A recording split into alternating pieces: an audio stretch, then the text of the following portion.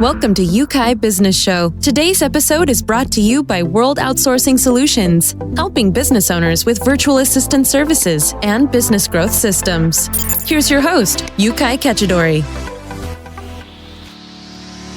Hi, and welcome to another episode. Today I've got an investment ninja on the show, my friend Spencer Chambers. Spencer, thanks for joining me here today. Thank you so much for having me. It's such an honor. Incredible. I know you are very busy and you're actually flying to a special conference over there. Can you talk to us where you're heading? I know you're a very busy guy. Yeah, no, I'm going to Vegas to Grant Cardone's conference, the 10X Growth Con 2018. Should be a great show and hanging out with some great people. Incredible. And one thing I like about you, man, is you never stop learning. You're constantly looking for something, to add on to your knowledge, and just like what you're doing. And I know many of our listeners, appreciate that about you as well. Yeah, no, I appreciate it. I think you can learn from anybody, honestly. It's something is a takeaway. Maybe it's a positive, maybe it's a negative, maybe it's a lesson. Hey, don't be like that guy. But hey, at the end of the day, you're still learning something. Incredible. Now, a bit about Spencer. Spencer is the author of this great book, Dating Your Investment, and is the CEO of the Chambers organization. He is out there providing strategic expertise in investment, sales, and building. In fact, Spencer has positioned himself as a leader in the real estate industry. In fact, he's looking to come here in Europe to provide a lot of training and, educate people in this very special industry. Spencer, thanks again for being here with us. Thank you. I'm glad I could be on such a great show. Awesome. Now, today we entitled this interview is How to Start Investing. Now, for those who've never come across your work or have not heard of you, would you share a bit about your experience, who you are, your education, and how you got involved in investment? Absolutely. So I grew up in real estate, actually, and I actually thought I hated it. I'd say I thought I hated it because later on I'll tell you why. But my dad was a builder. My mom was an interior and architectural designer. They built houses, they built condo communities, they built developments. My dad did a big remodel on the famous Betty Ford rehab clinic, that Eisenhower campus, a big hospital. He did a big remodel on there in 2009. And so growing up, I was just immersed into not only real estate, but building and then entrepreneurship, obviously. So I really, as about 22 years old, I realized I hated real estate. I didn't want anything to do with it. I went as far away from real estate as I could, right, and went into fashion. Believe it or not, fashion. I thought, well, I'm building something. It's just not houses. It's clothes. That took me all over the world, and I was in. By the end of the time when my fashion stint, I call it, was over, I was manufacturing in China, right, for selling in Brazil, and headquartered in Brazil as well, while I was in the United States, selling in the United States, being the CEO of the United States division of this company called Nexi brand, as well as I had an underwear line for men. It's called Jewels for Your Junk. It's the only underwear line in the world that has diamonds in it. Right. So realizing that took me to Peru, all over, and it was fun and it was great, and I was with models and with celebrities and all these different things. But at the end of the day, I realized, you know what, if I would invest as much time and as much money I did into fashion, into real estate, which is something I already knew, I would have been a multimillionaire, and I would have been in my early 20s. Wow. So I was getting married and decided, probably a good idea to switch now and actually start making real money. And I wasn't doing, bad necessarily in fashion, but your burn rate's about $1 million and you don't even make a profit. So you can make $1 million and make $0, really, when you look at the net profits. So that kind of discouraged me, let's say, a little bit. So I went back into investing in real estate and building portfolios and really learning the business side of real estate, not the only building side, And so It's very interesting because you hated the building aspect of it, and when you came back, you introduced the business aspect, and you changed the whole game. Yeah, exactly. And so what I realized during that period is I didn't hate real estate or building or anything. I didn't like the way the company was run. I didn't like the structure, right? They Right. they ran it as a mom and pop, and there's nothing wrong with that, obviously. You know, those are good businesses. Those are the backbone of economies. But Right. I wanted to be not a mom and pop. I was a corporation. Like, obviously, I run a pretty big operation now. I didn't like, that my dad was the builder, the financer, everybody. He wore all hats.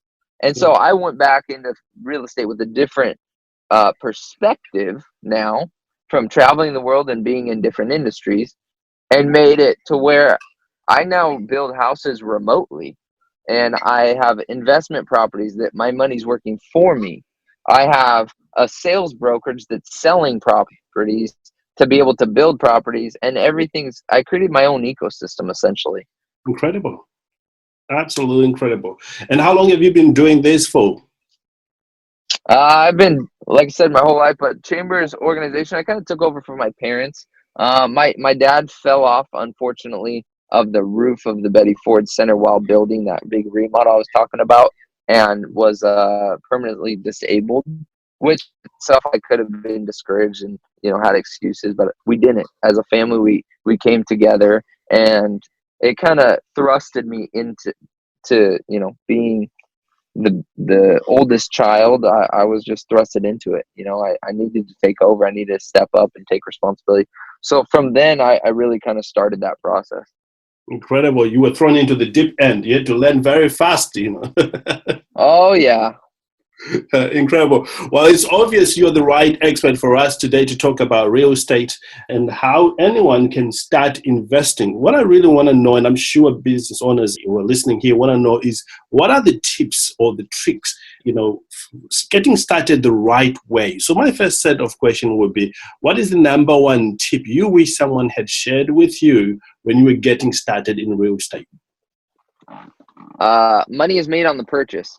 That's the number one tip you got to know. Right. Money is made on the purchase of a real estate deal. Incredible. Explain more. Yeah. So when you buy real estate, and I want to back up a little bit, I think anybody can invest. Number one, and it doesn't have to just be real estate, right? Right. You can.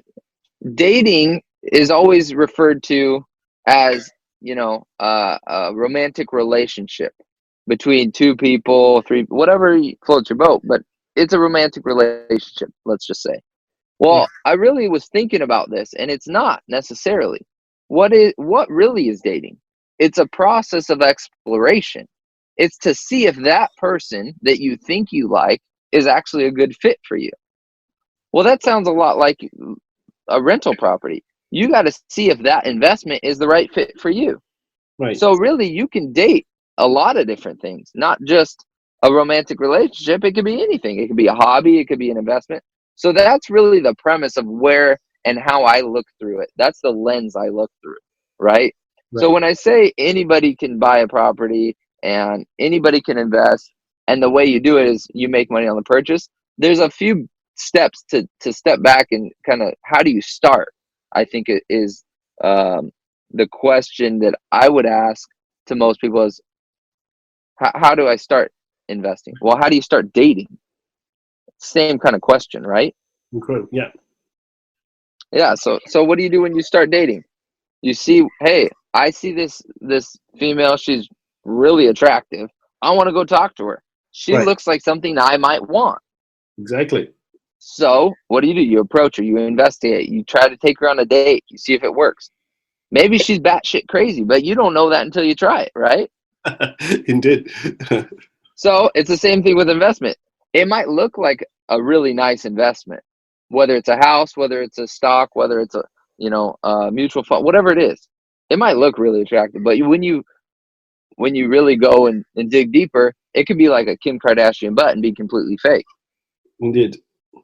Indeed. So when you say money is made on purchase, are you really referring that if you don't make a lot of money right at the beginning, it's pretty much lost? No, I think you can always recover, and you have to be resourceful and be willing to pivot. But fundamentally, I was talking to a client yesterday. He's doing what's called, I don't know if you guys have it over there in Europe, but the tax code is you have a 1031 exchange, which means you can exchange a property for a like property or a greater property for the same without having pay capital gains tax, which is about 30 something percent. It always changes. Anyway, so to give you the framework for that, but he was asking me, how do I buy an apartment building? Right? Right. And I said, well, we make money on the purchase. He goes, that's a great question. What does that mean? I said, well, a property is worth 800. You know it's worth 800. But the person selling has to do a fire sale and is really gonna sell it for 600. So that means you just made $200,000 in equity by buying that property. Incredible. That's where you've made $200,000 in the purchase of that property, because you could turn around and sell that property now for 800,000 instead of the 600 you paid. And you just made profit straight away. Exactly. So that's kind of the idea of flipping houses. You do a forced appreciation play, it's called, and you buy it under market, fix it up, and then sell it for what the value is. That's essentially a flip house. I personally don't like those, but it's too much salesy, too much risk. But that's kind of what the play is. Incredible. I really appreciate that. So if you're just joining us, I'm having a great time here talking to Spencer Chambers, who is a master when it comes to real estate and sharing some of the tips and tricks he has discovered in real estate from a lifetime trade, really from a family oriented.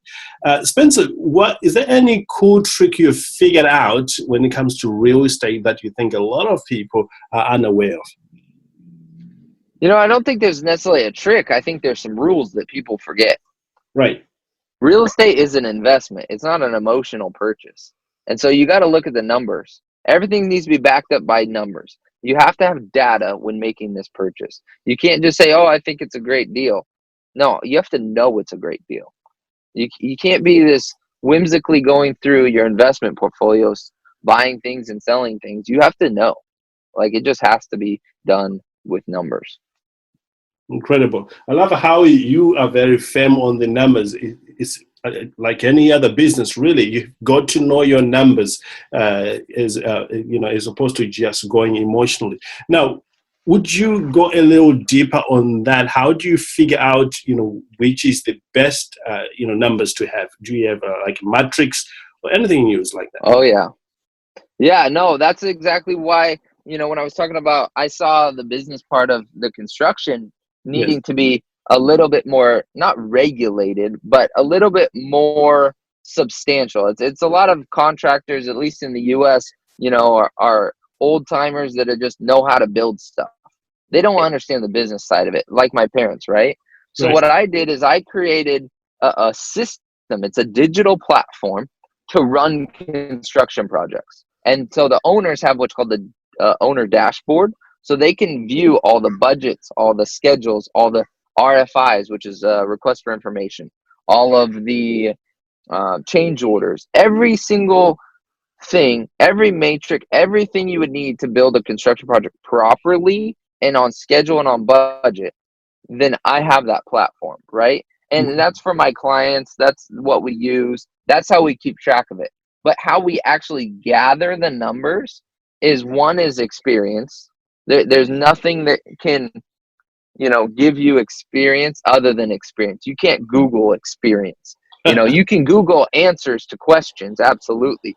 And you can gather information, but experience tops it all, honestly. And so I always like to have what I call little gray hairs around me.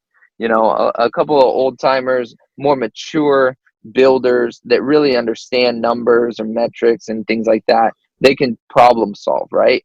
That you can't get those answers through Google or YouTube.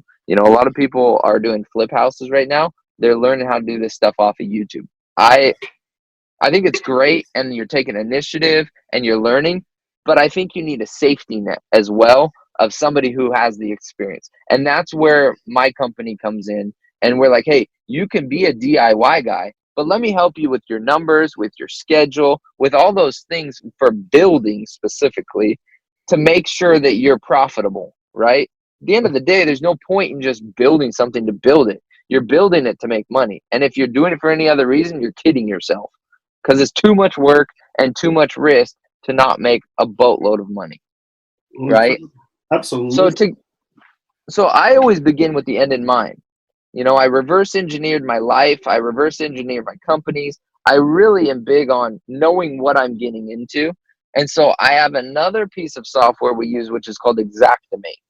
And that is, you can put in the plans, like the blueprints of the property that you're looking at, and then you can virtually build it. Meaning you take the room, let's say it's a bathroom.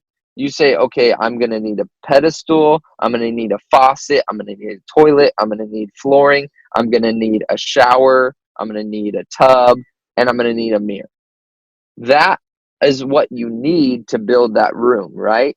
Well, then that software spits out of like 10,000 different data points. It'll give me the average price for the material that I'm buying and for the labor to install that material, right? So you can't argue with your numbers. And I would give this tip to anybody wanting to get an investor. Bring an investor in. They're not going to argue. A bank is not going to argue if you have all that number priced out, you have all your numbers and your ducks in a row.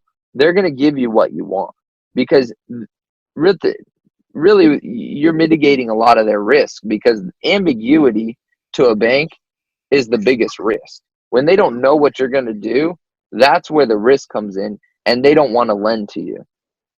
Absolutely. In fact, you're providing objectivity in the whole process.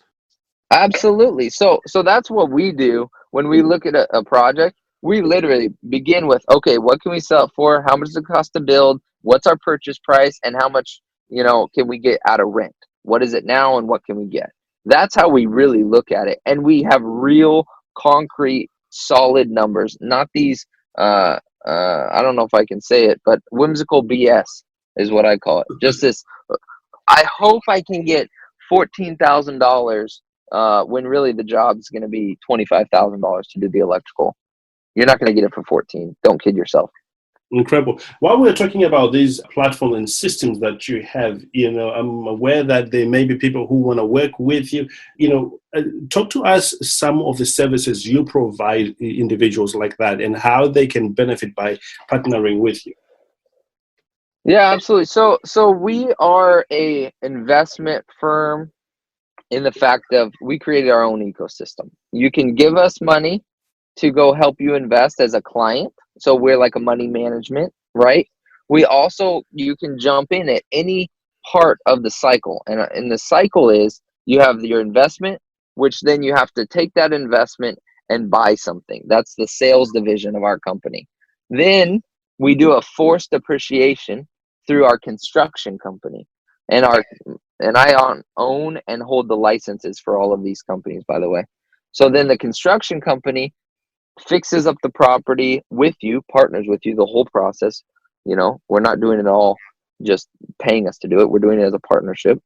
And then it spits out a finished product, which we can either hold as a rental property or we can list it back on the market. But the good thing with owning all of these licenses and owning all of these companies is, yeah, there's maybe not a balance of power that you might like, but there's also complete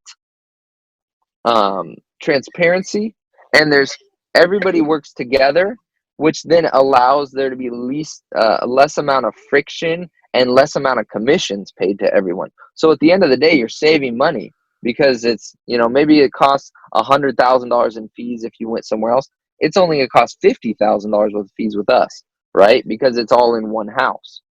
So really, that's how you can jump in at any stage and you get the full support, all the products, all the software we use. That's why I say we partner with you, because we don't charge you for all that stuff. It's just, if you're with us, you're with us. If you're not, you can hire us and we'll pay you.